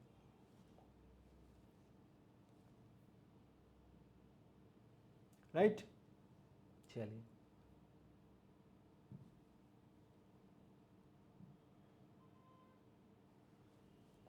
आगे देखते हैं। हाँ, यही मैंने आपको बताया कि सुल्तान को दिल्ली छोड़ के भागना पड़ता है। इनके फिर Mongol invasion, Alauddin was partly due to Jalaluddin period, यही सब बातें हैं कि जलालुद्दीन के कारण अलाउद्दीन को बहुत सारा अटैक हैंडल करना पड़ा। अब यहाँ पे अलाउद्दीन ने कुछ अपना स्टाइल दिखाया, है ना। क्योंकि अलाउद्दीन को 1299 में दिल्ली से भागना पड़ा था, ड्यू टू 1292 में जलालुद्दीन ने मंगोलपुरा बसा दिया। तो अलाउद्दीन ने स्ट्रैटेजी बनाई कि रुको इसको ठीक करते हैं। अब कहा कि हम लोग सिर्फ डिफेंस मैकेनिज्म नहीं करेंगे, ये तो गड़बड़ है कि जब मंगोल अटैक करते तो हम अपने आप को प्रोटेक्ट करते, नहीं, अब हम आगे बढ़ेंगे और हम मंगोलों पे अटैक करेंगे, राइट। तो ये डिफेंस मैकेनिज्म से अटैक मैकेनिज्म पर आया, है ना, अटैकिंग ऑफ मंगोल। और यही कहा गया है कि मंगोलों के अटैक के बावजूद भी अलाउद्दीन अपने एरिया को, टेरिटरी को, गुजरात को जीतता है, रणथंभौर को जीतता है, चित्तौड़ को जीतता है, या फिर आगे साउथ के एरिया में वो 4 डायनेस्टी भी मैंने बताया कि उसको टेक ओवर करके वहाँ से लूट के लाता है। तो ये बहुत बड़ी उपलब्धि अलाउद्दीन का, बिग अचीवमेंट है कि इधर मंगोलों का अटैक हो रहा है और उससे भी अलाउद्दीन लड़ रहा है और इधर अपना टेरिटरी भी बढ़ा रहा है। तो इस हिसाब से अलाउद्दीन अपने पीरियड में सक्सेसफुल रूलर माना जाएगा। अब आते हैं अलाउद्दीन के एडमिनिस्ट्रेटिव रिफॉर्म के बारे में। ये इंपॉर्टेंट चीज़ हो जाता है, क्या है अलाउद्दीन का एडमिनिस्ट्रेटिव रिफॉर्म और क्या है अलाउद्दीन की मार्केट पॉलिसी, दो इंपॉर्टेंट फैक्टर्स हो जाते हैं। तो सबसे पहले मैंने आपको बताया था इनिशियली जब एडमिनिस्ट्रेशन पढ़ा था कि अभी इस पीरियड में क्या हो रहा था कि सिविल मिनिस्ट्री और फिनांस दोनों एक ही आदमी देखता था और उसे क्या कहते थे, दैट इज कॉल्ड वजीर। अलाउद्दीन ने कहा ये गड़बड़ है। क्यों गड़बड़ है? क्योंकि फिनांस और डिफेंस दोनों जो हैंडल करेगा तो इक्विवेलेंट ऑफ सुल्तान हो गया। इसने कहा इसको अलग करो और इसने अलाउद्दीन ने अलग कर दिया। क्या? एक सेपरेट मिनिस्टर बनाया, दीवाने मुस्तकराज, है ना। सिविल को अलग कर दिया, जो सिविल को देखेगा उसको वजीर कहा गया, जो फिनांस को देखेगा उसे कहा गया क्या, दीवाने मुस्तकराज। एक अलग डिपार्टमेंट क्रिएट कर दिया गया। इसके अलावा इंटेलिजेंस के बारे में मैंने बताया ही था आपको कि सारे मिनिस्टर्स को पता करने के अलाउद्दीन ने इंटेलिजेंस का यूज़ किया था, स्पाई वगैरह का यूज़ किया था। तो क्रिएट यानी इंटेलिजेंस डिपार्टमेंट, है ना। इसका नाम रखा वरीद ममालिक, ये जरूरी भी था। ऐसे ही फिरोज शाह के टाइम में होगा, वो भी 2 डिपार्टमेंट क्रिएट करेगा। एक्सपेंशन ऑफ प्रोविंसेस, अब कह रहा है कि इल्तुतमिश के टाइम में 21 प्रोविंसेस थे, अलाउद्दीन के समय में ये बढ़कर 28 हो गए। यहाँ पे एक क्वेश्चन आपको आएगा, क्या कि सबसे ज़्यादा टेरिटरी दिल्ली सल्तनत पीरियड में किसके पास थी? तो अलाउद्दीन मत मारिएगा, क्योंकि अलाउद्दीन से भी बड़ा एरिया जो था एक सर्टेन टाइम के लिए वो तुगलक डायनेस्टी में मोहम्मद बिन तुगलक के पास थी। तो सबसे ज़्यादा टेरिटोरियल एरिया कवर किए हुए बंदा जो है वो है मोहम्मद बिन तुगलक, MBT, राइट।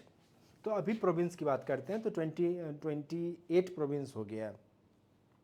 एडमिनिस्ट्रेशन में अलाउद्दीन उस तरह का प्रोविंस के एडमिनिस्ट्रेशन में कोई चेंज नहीं करता है। मैंने बताया ही, खुद चौधरी मुकद्दम को थोड़ा सा टाइट कर दिया जो गांव का मुखिया था। इसके अलावा अलाउद्दीन मिलिट्री में क्या रिफॉर्म लाता है इसको देखते हैं, है ना। ये मैंने बताया भी था शुरुआत में, मैंने एडमिनिस्ट्रेशन पढ़ाते वक्त में, कि अलाउद्दीन ने आर्मी के स्ट्रक्चर में चेंज लाया। क्या चेंज लाया?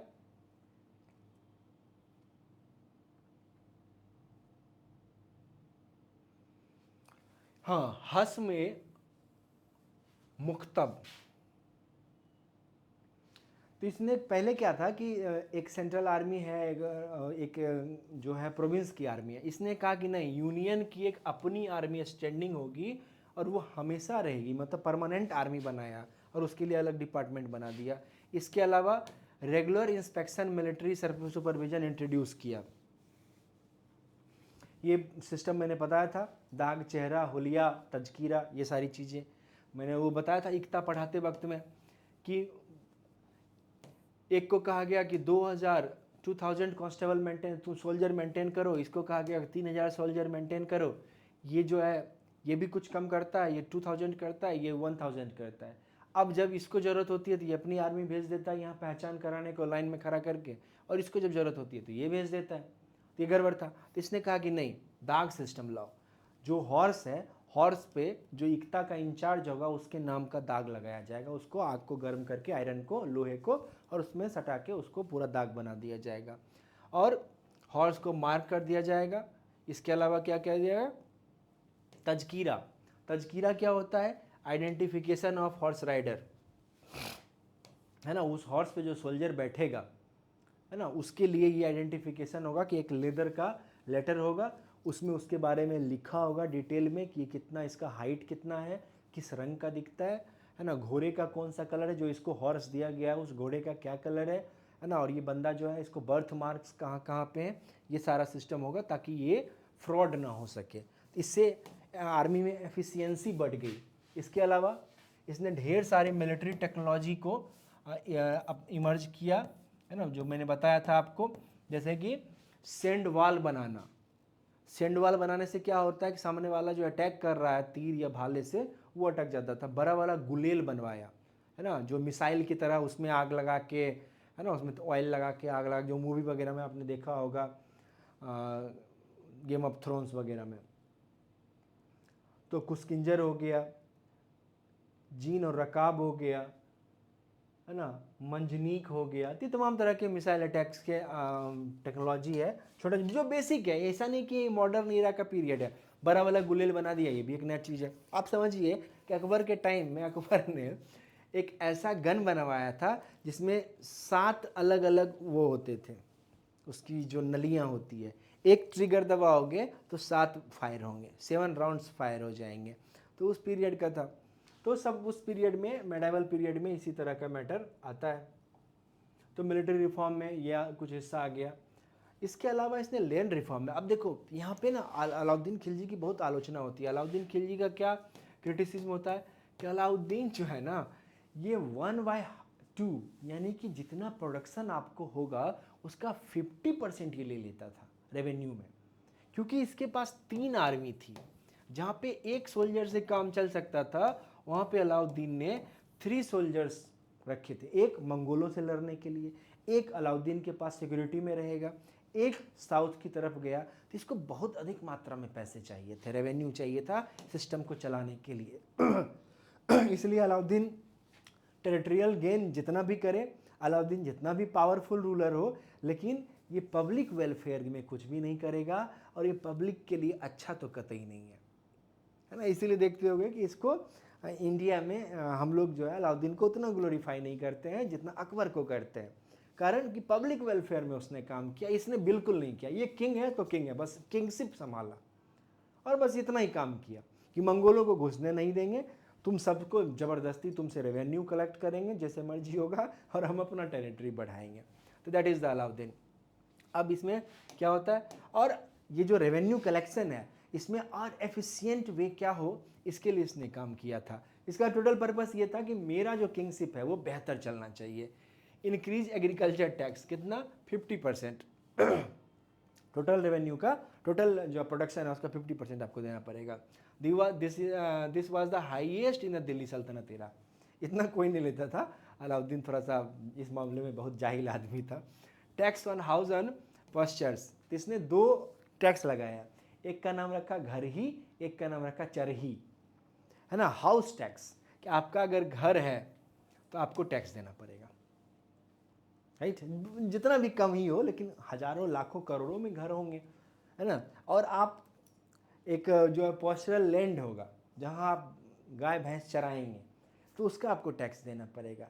तो चरही हो गया, तो घर ही और चरही 2 टैक्स इसने लगाया था। तो impose house tax and pasture tax. These were new tax introduce by Alauddin. ये अलाउद्दीन का अपना दिया हुआ एकदम इंडिविजुअल नया टैक्स है। चलिए आगे बढ़ते हैं। Land classification divided Delhi Sultanate into 2 region, direct control khalsa क्षेत्र और indirect control iqta, right. Fixed annual offering. अब यहाँ पे क्या किया अलाउद्दीन ने कि जो एरिया अलाउद्दीन के पास है, तो वहाँ पे से जो टैक्स आ रहा है तो उससे तो आप आर्मी मेंटेन करोगे ही, और जो बचा हुआ एरिया है उस जो बचा हुआ रेवेन्यू है वो तो आप वापस करोगे। इसके अलावा आप एनुअली एक और टैक्स दो, दैट इज कॉल्ड नजर, है ना, कि नजराना पेश किया जाता है, सुना होगा हिंदी में, राइट। दैट इज द नजर। नजर क्या है कि आप जब किंग एनुअली साल में एक बार किंग को extra some amount of money, वो किंग डिसाइड करेगा, आपके टेरिटरी को देखते हुए आपको किंग को भेजना पड़ेगा। तो यहाँ से भी रेवेन्यू कलेक्ट होने लगा, दैट इज कॉल्ड नजर। ये सब अलाउद्दीन सिर्फ इसलिए कर रहा है कि इसके ऊपर इकोनॉमिकल प्रेशर बहुत ज़्यादा है, क्योंकि बड़ा आर्मी मेंटेन करता है, तो इसकी एक परेशानी है। अब कह रहा है क्या, end of land grants iqta, stop granting land और नोबेल,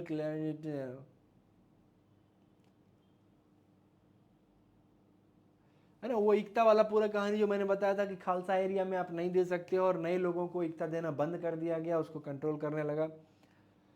अब यहाँ पे क्या किया कि abolish middle man in tax collection, खुद चौधरी मुकद्दम, ये बताया था एडमिनिस्ट्रेशन पढ़ाते वक्त में, है ना। ये जो है गांव के मुखिया हैं, परगना के हेड है, और ये जो है टैक्स कलेक्शन में सपोर्ट करते हैं, इस सबको डायरेक्ट वो कर दिया, हटा दिया कि हम डायरेक्ट टैक्स कलेक्ट कर लेंगे और पटवारी है नीचे में मेरा, वो मेंटेन कर लेगा। That is the.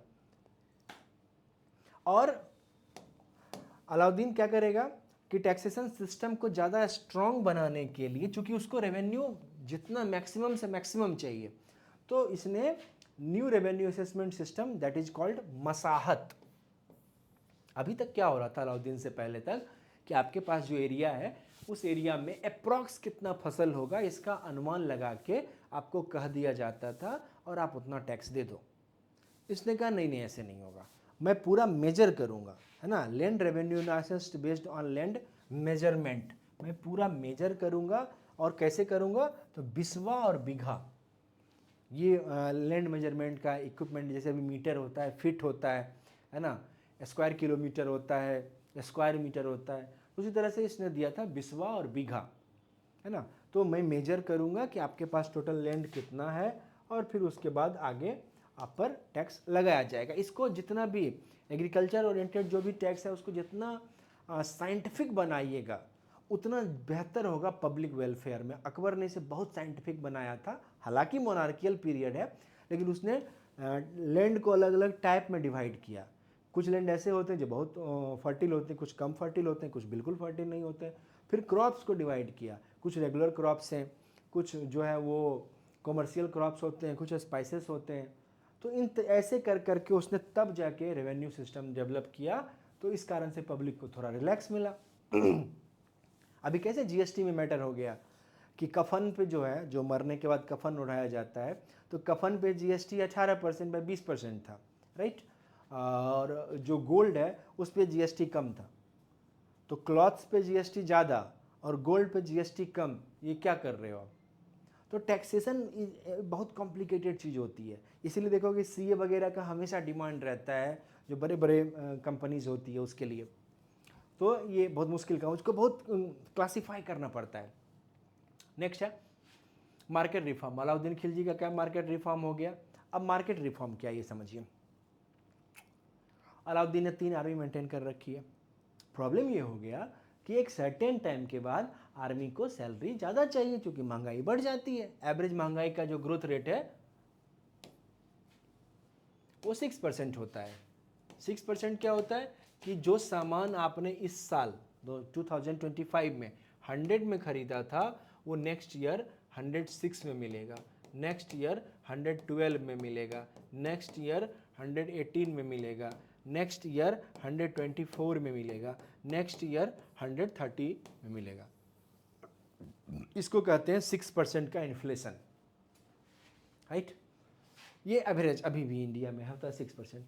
तो अगर किसी को आप इस साल 100 रुपीज़ सैलरी दे रहे थे, उससे उसका घर चल रहा था, तो अगले साल उसको 106 देना पड़ेगा, तभी उसका घर चल पाएगा। सेम जैसे वो चला रहा था, सेविंग वेविंग को भूल जाओ, अगले साल उसको 112 देना पड़ेगा। तो ये इस सीक्वेंस में होता है। तो अलाउद्दीन के साथ प्रॉब्लम क्या है कि वो 3 आर्मी मेंटेन कर रहा है। आर्मी को सर्टेन टाइम के बाद प्रमोशन चाहिए, आर्मी को सर्टेन टाइम के बाद बढ़ा हुआ सैलरी चाहिए, राइट, और पब्लिक को भी इन्फ्लेशन। तो अलाउद्दीन ने पता करवाया कि भाई तुमको सैलरी क्यों चाहिए। तो इसने कहा कि लाइफ चलाने के लिए, गुड्स खरीदने के लिए। पैसे लेके क्या करते हो, वो सामान खरीदते हैं घर के लिए, अपने लिए, इधर उधर त्यौहार फेस्टिवल्स वगैरह में। बोला ठीक, अगर मैं सामान का प्राइस ही फिक्स कर दूं, तो जितने भी गुड्स हैं मैं उसका प्राइस फिक्स कर देता हूं, तो कोई दिक्कत नहीं होनी चाहिए, राइट। तो अलाउद्दीन ने क्या कहा कि मैं जितने भी गुड्स हैं, सुई से लेके जहाज तक, सबका प्राइस फिक्स कर देता हूं, और ये हमेशा हमेशा के लिए कर दे रहा हूं, राइट। अब यहां पे तो बवाल हो गया कि ऐसा कैसे कर सकते हो आप। क्यों, क्योंकि ये जो पूरा इकोनॉमी है वो चलता है डिमांड और सप्लाई पर, कि जिस चीज का डिमांड ज्यादा होता है, राइट, तो अगर उसकी सप्लाई उतनी आ रही है तो प्राइस नहीं बढ़ेगा, लेकिन डिमांड ज़्यादा है, सप्लाई कम है, तो प्राइस बढ़ जाएगा। लेकिन किसी की सप्लाई ज़्यादा और डिमांड कम है तो प्राइस घट जाएगा। तो ये थ्योरी काम करती है, राइट। तो इसने कहा ओके, ये थ्योरी काम करती है, तो इसका भी सॉल्यूशन निकाल देता हूँ। बोला जितना भी गुड्स है सबका प्राइस फिक्स करो, और सबका सप्लाई मैं करूँगा, है ना। मैं बनाता हूँ बड़े बड़े वेयर हाउस, तो वो कहते हैं कि दिल्ली से जयपुर के रोड के बीच में अलाउद्दीन ने वेयर हाउस के पूरा का पूरा सीरीज खड़ा कर दिया। हर चीज़, घोड़े बेचने हैं तो घोड़ों का एक हॉर्सेस का पूरा सप्लाई मैं दे रहा हूँ, है ना, पूरा मतलब एडमिनिस्ट्रेटिव कंट्रोल में सब कुछ हो गया, अनाज से लेके सिल्वर और गोल्ड तक। लेकिन ये इससे क्या नुकसान क्या हुआ कि अब किसी दुकानदार को प्रॉफिट ही नहीं होगा, वो फिक्स प्रॉफिट हो गया, जितना था उतना ही रह गया, तो वो क्यों एक्स्ट्रा मेहनत करेगा, तो फिर ग्रोथ कैसे होगा? क्योंकि इकोनॉमी चलती है डिमांड एंड सप्लाई से, राइट, तो उससे मार्केट चलता है। तो इसने कहा ना अच्छा चलो इसमें भी ये हो कि इस साल फिक्स है, अगले साल मैं फिर चेंज कर दूंगा, नहीं नहीं, उसने कहा ये हमेशा के लिए जब तक मेरा पीरियड रहेगा, है ना, ये फिक्स हो गया और मैं सप्लाई आपको दूंगा है ना। तो ये एक समस्या आ गई। अब क्या समस्या है, तो ये इसी को कहते हैं अलाउद्दीन खिलजी का मार्केट रिफॉर्म। अब इससे फ़ायदा क्या हुआ अलाउद्दीन को? फ़ायदा ये हुआ कि अब जो सेना कह रही थी कि मुझे एक्स्ट्रा सैलरी चाहिए, मुझे प्रमोशन चाहिए, क्योंकि इस पैसे से जीना मुश्किल हो रहा है, तो अब अलाउद्दीन को उसको पैसे बढ़ाने की ज़रूरत नहीं है। क्यों ज़रूरत नहीं है? क्योंकि उस पैसे से पिछले साल भी ज़िंदगी चल रही थी, इस साल भी चल रही है, अगले साल भी चल जाएगी, क्योंकि अलाउद्दीन ने प्राइस ही फिक्स कर रखा है। लेकिन इससे इकोनॉमी को भारी नुकसान होने लगा। अब है एक मुद्दा कि प्राइस फिक्स होने पे प्रॉफिट बढ़ाना हो तो क्या करेंगे, तो क्वांटिटी कम कर देंगे। फॉर एग्जांपल 1 kg चावल है वो 40 का है और ये हमेशा के लिए फिक्स कर दिया गया, राइट। तो इसमें हमें और प्रॉफिट चाहिए, तो हम इसका प्राइस तो नहीं बढ़ा सकते हैं क्योंकि अलाउद्दीन ने फिक्स कर रखा है, तो इसका वजन घटा देंगे, क्वांटिटी कम कर देंगे। अब इसमें एक प्रॉब्लम है कि क्वांटिटी कम तो कर दोगे, लेकिन अलाउद्दीन का स्पाई घूम रहा है। अगर आपको पकड़ लिया और आप पकड़े गए तो जितना क्वांटिटी कम होगा उतने अमाउंट आपके शरीर से मांस काट लिया जाएगा, और अगली बार फिर पकड़े गए तो जितना कम होगा उतने अमाउंट का मांस अगली बार आपके शरीर से फिर से काट लिया जाएगा, राइट। तो ये बड़ा क्रूशियल सिचुएशन है, चूँकि मोनार्की पीरियड है, और अकेले आपका नहीं कटेगा। उस मार्केट का जो इंचार्ज होगा, दैट इज कॉल्ड सहना, सहना ए मंडी, जो इंस्पेक्टर होगा, इंचार्ज होगा, अगर दुकानदार ने बेईमानी की है तो उतने अमाउंट का मांस उसका भी कटेगा। कई बार कहा गया, बर्नी कहता है कि अलाउद्दीन जो है बच्चों को पैसे दे देता था कि जाओ बाजार से ये सामान ले आओ, और बच्चे ले आए खरीद के, अगर वजन कम रहा, है ना, तो लाला जी का तो आपका मांस कटेगा ही कटेगा, और मार्केट का जो इंस्पेक्टर है उसका भी कटेगा। तो that is proper thought of बाजार नीति। इसके अलावा और सुन लीजिए कि अलाउद्दीन ने एक जगह बोला, एक कोई राइटर ने लिखा, आई थिंक बर्नी ने लिखा है, कि मैं पढ़ा लिखा नहीं हूँ, मुझे नहीं पता कि मेरा गॉड मेरे साथ क्या करेगा, लेकिन मुझे ये पता है कि मुझे अपने पब्लिक के साथ, अपने जनता के साथ क्या करना है ना। तो that is the called Alauddin's market policy. Aim क्या था इसका? Control price and supply, welfare people and army, है ना। ये क्वेश्चन मेंस में बहुत पूछता है, पीपुल का भी वेलफेयर करना है और आर्मी का भी, स्पेशली आर्मी के लिए था, सोल्जर को सेटिस्फाई करना, फिक्स को प्राइस को फिक्स कर दिया गया ड्यूरिंग द इंटायर रूल। अमीर रियासत, एक डिपार्टमेंट बनाया जो इस पॉलिसी को हैंडल करेगा और उसका नाम दिया गया अमीर रियासत। ठीक है, ये सारी बातें मैंने आपको बता दी। अब यहाँ पे क्या कहा गया कि सेलर को लाइसेंस मिलेगा, वेयर हाउस बना दिया पूरा, मैंने बताया दिल्ली से जयपुर के बीच में। और यहाँ पे कहा गया कि जो टैक्स आप पब्लिक दे रहे थे वो टैक्स आप ग्रेन्स के रूप में और कैश के फॉर्म में भी आप दे सकते हो। और इसमें एक मार्केट सुपरिटेंडेंट बनाया, दैट इज कॉल्ड क्या? सहना, पूरा नाम था इसका सहना ए मंडी, राइट।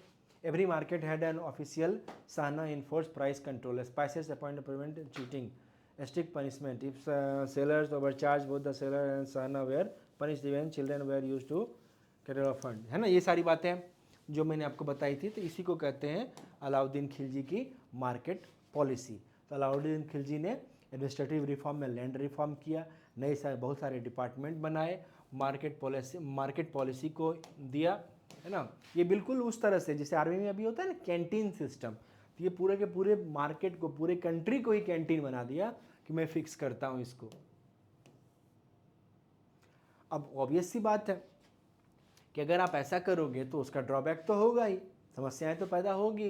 ये समस्या क्या हुआ कि डिमांड सप्लाई का पूरा मार्केट खा गया, है ना। डिमांड सप्लाई का रहा नहीं, किसी को कोई इंटरेस्ट नहीं रहा बेचने में, क्योंकि सब प्राइस फिक्स है। मार्केट तभी तक चलेगा जब तक सुल्तान की इच्छा रहेगी। ये प्रोड्यूसर और सेलर दोनों को अच्छा, इसमें सबको नुकसान हो रहा था। दुकानदार जो बेच रहा है उसको नुकसान है।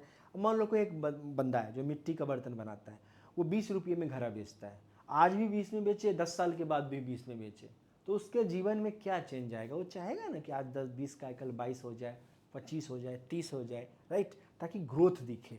तो ग्रोथ रुक गया, हैवी स्टेट कंट्रोल हो गया, पब्लिक विरोध करने के मूड में था। और consider a political tool other than economical reform, वही मैंने बताया कि पॉलिटिकल टूल के रूप में ज़्यादा यूज किया, ना कि ये इकोनॉमिकल रिफॉर्म। जबकि अलाउद्दीन ये नैरेटिव बनाने की कोशिश कर रहा था कि हम इकोनॉमिकल रिफॉर्म कर रहे हैं, लेकिन बेसिकली उसको पॉलिटिकल उसका कंपल्सन था। जैसे ही अलाउद्दीन का डेथ होगा, है ना, ये कोलैप्स कर जाएगा। और जब कोलैप्स करेगा तो 20, अभी तक तो कल तुम मान लो एक मिट्टी का बर्तन 20 में ले रहे थे, घड़ा 20 में खरीद रहे थे, राइट, अलाउद्दीन पीरियड तक वो खरीदे। लेकिन जैसे अलाउद्दीन मरेगा और वो कोलैप्स होगा तो सीधे 80 का हो जाएगा, है ना। Price during his rule were lower than those during Firoz Shah Tughlaq. अच्छा, इसमें यह कहा गया है कि फिरोज शाह तुगलक ने ऐसा कुछ भी नहीं किया, लेकिन उसने चीज़ों को मेंटेन रखा, डिमांड सप्लाई को अच्छे से होने दिया। तो उस पीरियड के कारण क्या हो गया कि फिरोज के टाइम में प्राइस इससे कम भी था और इतना सारा माथा दर्द लेना भी नहीं पड़ा। तो that is the Alauddin Khilji. Alauddin Khilji की पूरी कहानी, तो खिलजी डायनेस्टी की ये पूरी कहानी थी। कैसे लैंड रिफॉर्म किया गया, कैसे एडमिनिस्ट्रेटिव रिफॉर्म किया गया, कैसे टेरिटोरियल गेन किया गया, कैसे अलाउद्दीन खिलजी की मार्केट पॉलिसी इमर्ज हुई, वो कैसे काम करती थी, इन तमाम चीज़ों को हम लोगों ने देखा। ठीक है, फिर मिलते हैं नेक्स्ट क्लास में। चलिए, थैंक यू।